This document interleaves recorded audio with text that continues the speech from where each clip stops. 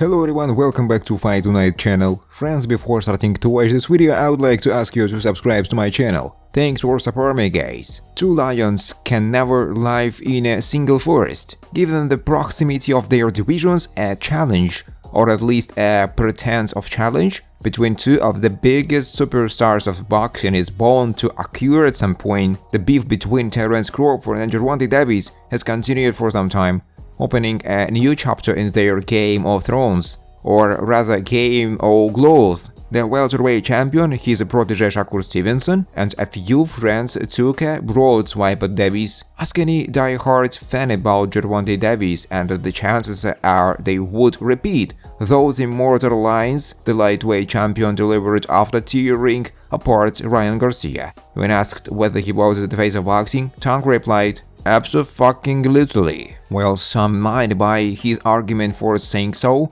many would disagree. There are other strong contenders, Terence Crawford, who became the first man to become a two-division undisputed champion in July. Terence Crawford shared a short clip throughout his story early today. He is not visible on camera, nevertheless it showed him joining a few bodies, which included the most recent entrant to the lightweight division, Shakur Stevenson. So teasing in an interview with Gervonta Davis, Crawford asks a young boy, Tank, what do you do to all?" The young superstar replied, "I'll beat all of them," then exclaiming that he, Davis, has defeated almost everyone. Crawford turns to each friend present. He says, "You beat all of them. You run all of them down. Run you down, run you down, run you down. Hey, you lost. Hey, the champ." Towards the end, Shakur Stevenson appears shooting. He beat everybody.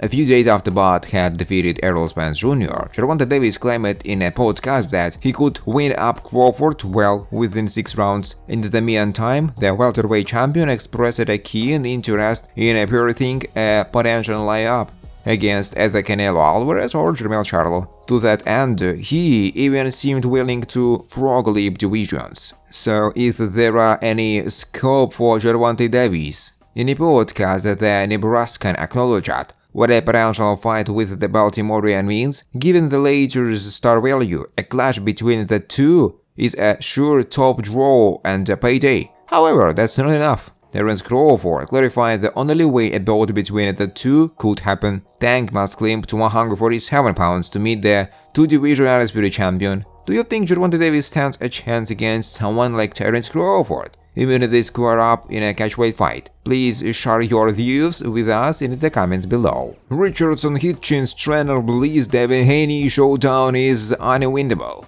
Devin Haney has not had a single fight at 140 pounds, but the work he is putting at 135 pounds is something Lenny Wilson, head trainer of Richardson Hitchens, simply can't ignore. Most talk a big game, but Haney actually did it during his protracted time there, and he fought the best of the best. Back-to-back wins over George Kambosos Jr. made him an undisputed champion. Haney did it all, so he felt no need to stick around despite Shakur Stevenson and Gervonta Davis remaining on his lightweight hit list. On December 9th, at the Chase Center in San Francisco, Haney will officially make his super lightweight debut against Regis Prograis. It doesn't quite matter what Wilson will be doing on that night. He's clearing out his calendar and plans on watching every second of every round. Wilson isn't tuning in for entertainment purposes, but more so to do his due diligence. In his view, Haney will be dominant at 140 pounds. He also believes that Hitchens will clear out the division once they both hold up their ends of the bargain. Wilson is convinced that they will meet at the top of the heap.